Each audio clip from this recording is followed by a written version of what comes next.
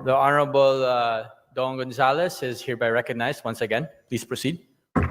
Thank you for the delay, Mr. Speaker, my dear colleagues. The Honorable Speaker, colleagues, guests, ladies and gentlemen, magandang at pagpalang hapon sa inyong lahat. Maya pa, panapon po kay Kayman, Kariang Kapampangan. I rise on the matter of personal and collective privilege with regard to the senseless and unresolved killings of local public officials in my district, in the 3rd District of Pampanga. On April 30, 2022, 2 weeks before the election in 2022, Barangay Captain Alvin Mendoza of Alasas, City of San Fernando, was ambushed after an unidentified gunman shot him dead 16 times as he was leaving his home. Nung paalis na po siya sa bahay niya, pagsakay sa sakyan niya, meron na pong sumunod sa kanya. Tingnan po natin itong video to, my dear colleagues. Image na ito ang magkaroon ng riding tandem sa isang itim na SUV sa barangay Matliman, San Fernando, Pampanga. Nang tumigil ang sasakyan, bumaba ang tapos pinagbabarilan sa kanilang SUV. Maya-maya pa, dumating sa pangmotorsiklo at pinagbabaril muli ang sakay ng SUV. Siniguro pa ng gunman na patay na ang sakay bago umalis.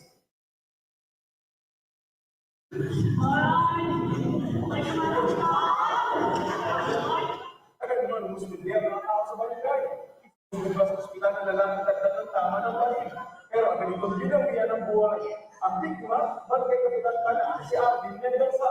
Kumatulong siya ng sihan sa San Fernando, Pampanga. There are 16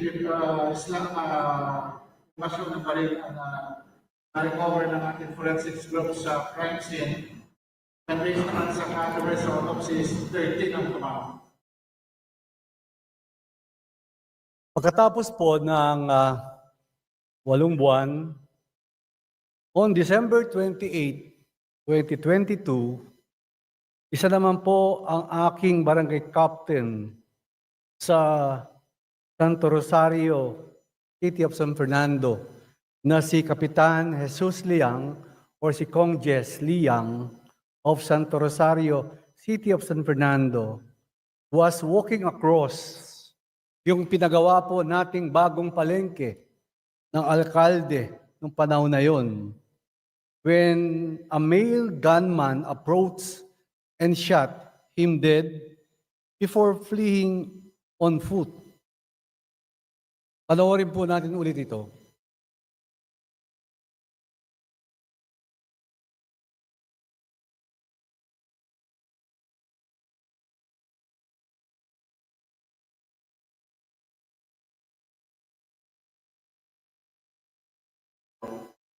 Yan po ng San Fernando, Pampanga. Ako po na si kausapin natin. Ito na po ba tayo nung gabi? Sabi nung gabi ba nasa kabayanan nila? Actually, karamihan ko ng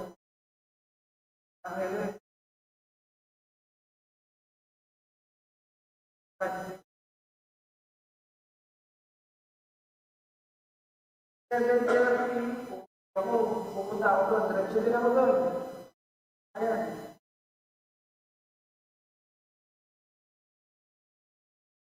Pagkatong sa bayan,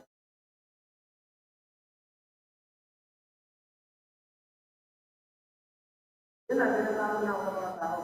Dati mo.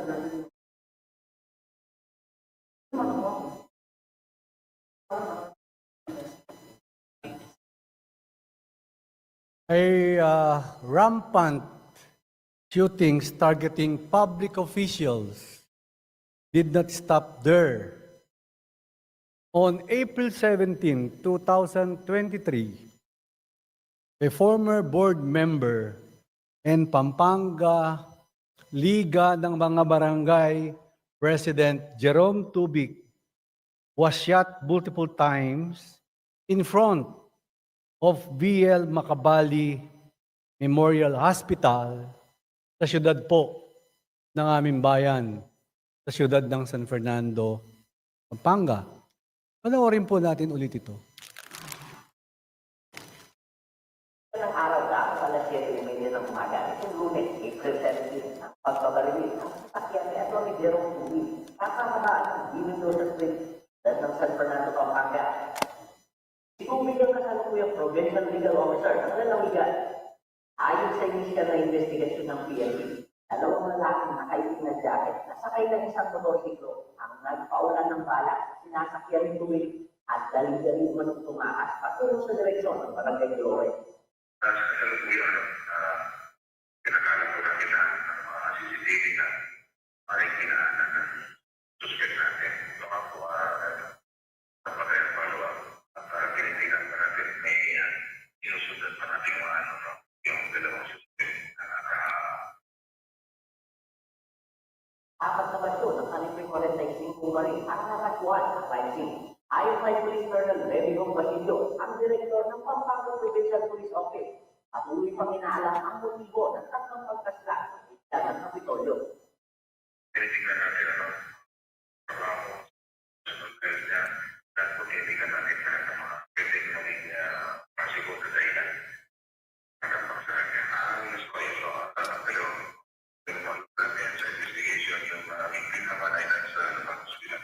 After matapos ng short time kasi dalawang final sa stable pa naman. Pagkatapos ng isang taon, Mr. Speaker, a year later, on June 11, 2024, my barangay captain again in City of San Fernando, in the name of Barangay Captain Matt Ryan de la Cruz, and his driver na kaibigan ko na si Henry Aquino were gunned down at a gasoline station in Barangay Del Pilar, siyudad na naman ng San Fernando. Both victims suffered a multiple gunshot wounds and died on the spot, Mr. Speaker. Panoorin po natin ulit ito. Motibo ng krimen habang wala pang person of interest na matukoy kaunay sa pagkaslang kina San Pedro Rodon Barangay Chairman na si Matt Ryan Yasin de la Cruz at loretong driver na si Henry Aquino nakamakay natin pinagpapalingin sa loob ng kanilang sasakyan sa harap ng isang gasoline station sa Barangay Del Pilar sa Fernando City, Pampanga. Hinaalam po natin kung sino ang talagang hindi pa po tayo makapagbigay ng DOI po natin. Masyado pa kayo maalala para magpapagod po tayo ng kahit ito pa po dito. Papanayang kay Kagawad Fem de la Cruz, inaang biktima na si Kapitan Matt Ryan de la Cruz. Wala daw silang alam na maaway ang kanyang anak, kaya nabigla sila sa pangyayari. Kwento ni Kagawad Fem de la Cruz, ipinasa na daw sa kanya ng kanyang anak ang negosyong peryahan simula na maglingkod bilang chairman ng kanilang barangay. Dati po nasa perya po siya, siya po yung nag-perya, siya po ang boss mo. Kasi ito po siya, binigay ko po sa amin. Sabi ko sa akin, yung mga kapatid niya, sabi ko, Nay, sa inyo na kamahalayan ko, which makes po, Ating na June 29, 2024 ay kapisahan ng barangay San Pedro Rotuda na ang peryahan na natayo sa lugar ay pag-aari ni Kagawad Fem de la Cruz at ng kanilang pamilya. Pagkamat hindi pa malinaw sa mga otoridad, tigil na ngayon ng pulisya ang dating negosyong peryahan ng biktima, pero hindi pa rin pinaalis ang politika sa mga mga posibleng motibo sa krimen. Hustisya ang patuloy ngayong isisigaw ng mga inulilang kaanak at kaibigan ng mga biktima. Last week, nasa Arayat, Pampanga po ako. Pumunta po ako sa dalawang namatay na leader ko at umiiyak ang pamilya nitong isang barangay captain na si Che On August 11, 2024, Barangay Captain Norberto Mel Lumbang of Lacius Arayat, Pampanga was killed by a wielding man inside the barangay hall. Lumbang Mel who was planning to run for vice mayor next year, died on the spot. Ulit po, Mr. Speaker, my dear colleagues, panoorin po natin itong CCTV ito.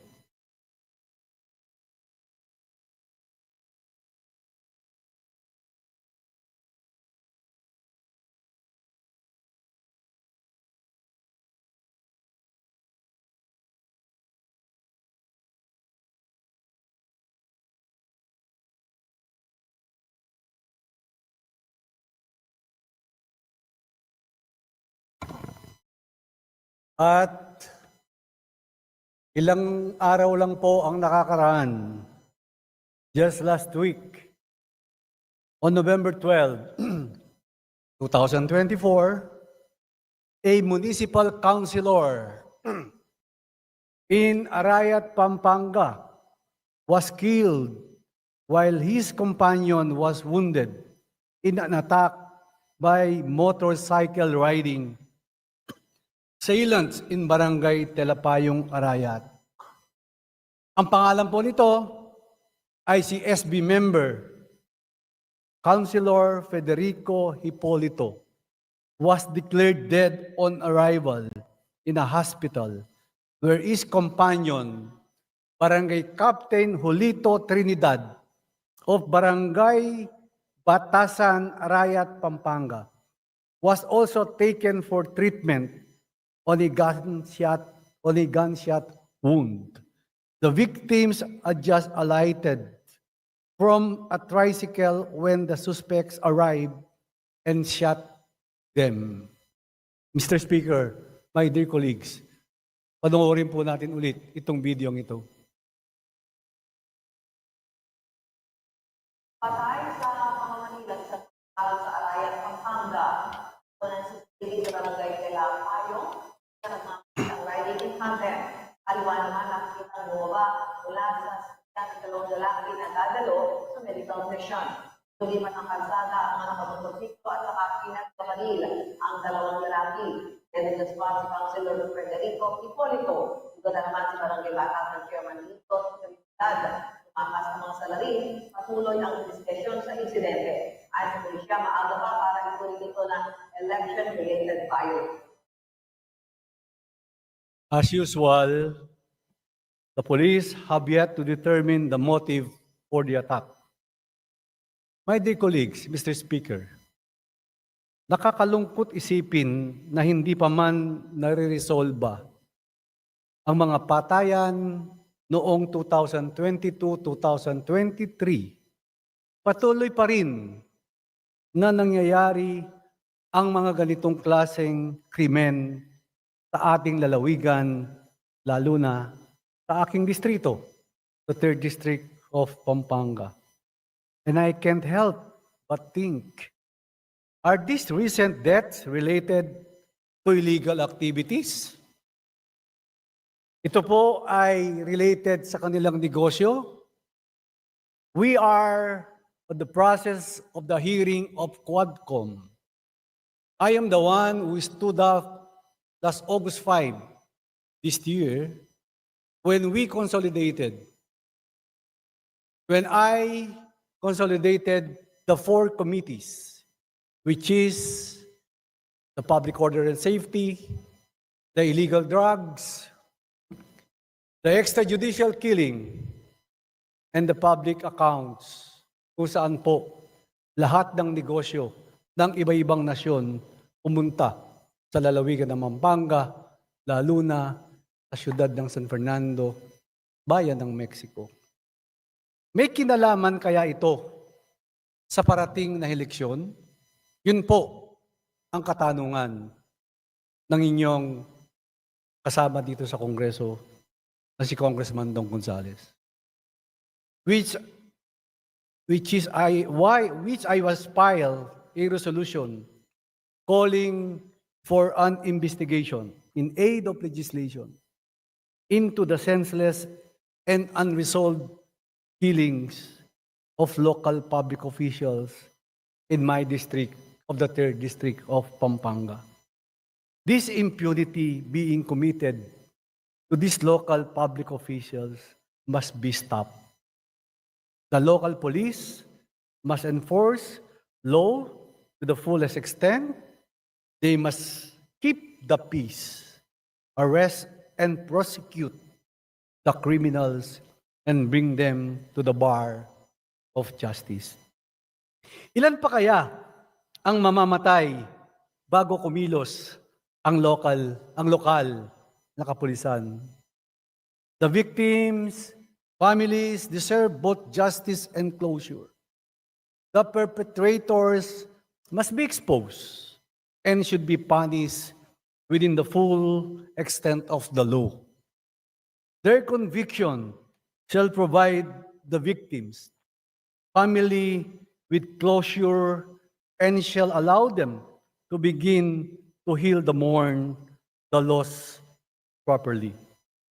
My colleagues, I implore your support to my constituents, to my constituent in the 3rd District of Pampanga, sa aking mga kalalawigan, to my fellow Kapampangan, if you are all watching, if you are all listening, I will not stop.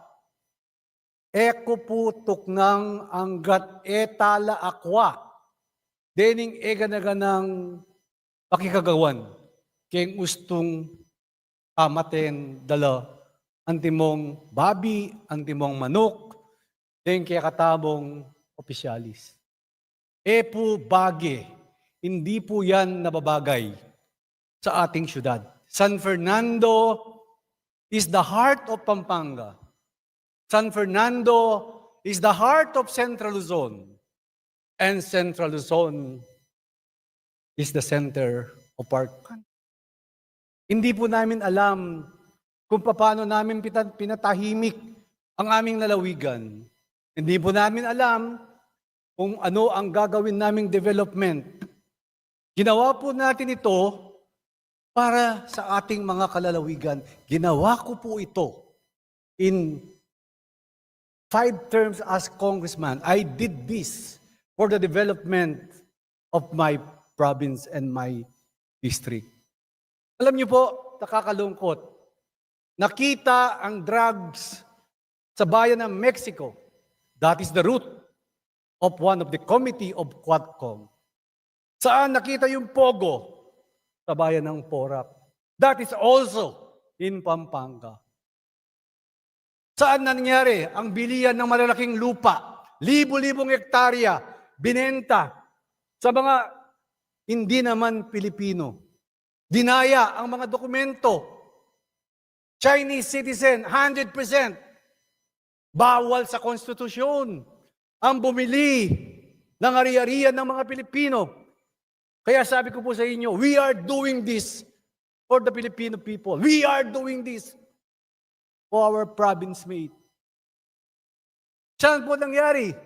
Ang mga madaming extrajudicial killing sa aming lalawigan, marami po sa mga resettlement areas. Saan nangyari ang mga patayan na marami? Sa gitnang Luzon. That's why we formed this Quad Committee, headed by our chairman, Ace Barbers. Our 11th hearing last Wednesday nangyari po. I'm urging all of members of this Congress, the 19th Congress, I'm urging you to attend. Huwag po tayong mag-attend pag mayroon tayong bisita na kailangan kayong pumunta. Hindi tayo kailangan pumunta kasi nandun yung former president. Hindi tayo dapat pumunta kasi nandun yung vice president para ipagtanggol. Wala pong politika itong Quadcom na ito. We are framing up the future of this country. We are framing up the future of our generation to come. Yan po ang ginagawa namin. Nagtsatsaga po kami for 14 hours. Nag-hearing po kami para sa ating bayan, para mailagay sa tamang perspektibo ang ating bansa, ang ating mahal. And do not monopolize the love of country. We all love our country. Mahal po natin ang ating bansa. Wala pong makakapagsabi na ikaw, mahal mo ang Pilipinas. We all love our country. Mahal po natin lahat ang bansang Pilipinas. Hindi po nyo dapat sabihin na kayo lang po ang nagmamahal sa bansa. Tayo lahat po. We are the elected representative of the people of our district. Tayo ang makikipaglaban sa kanila. Inilagay tayo dito, inilukluk tayo dito para sa ating bayan. At tayo ang boses at tayo ang makipaglaban para sa kanila. My dear colleagues, Mr. Speaker, I implore your support to the Quadcom. I implore your support as we investigate these senseless and unresolved killings in my district. Justice might have many faces, but in the end, I believe it's primarily about accountability. Takal pong salamat. Maya Pagkatpadapon. Maraming salamat po sa inyong lahat. Thank you very much to our Senior Deputy Speaker, Don Gonzales. Majority Leader. Mr. Speaker, I move that we refer the speech of Senior Deputy Speaker Aurelio Don Gonzales Jr. to the Committee on Rules for its appropriate action. Is there any objection? Chair hears none. The privileged speech of the Honorable Senior Deputy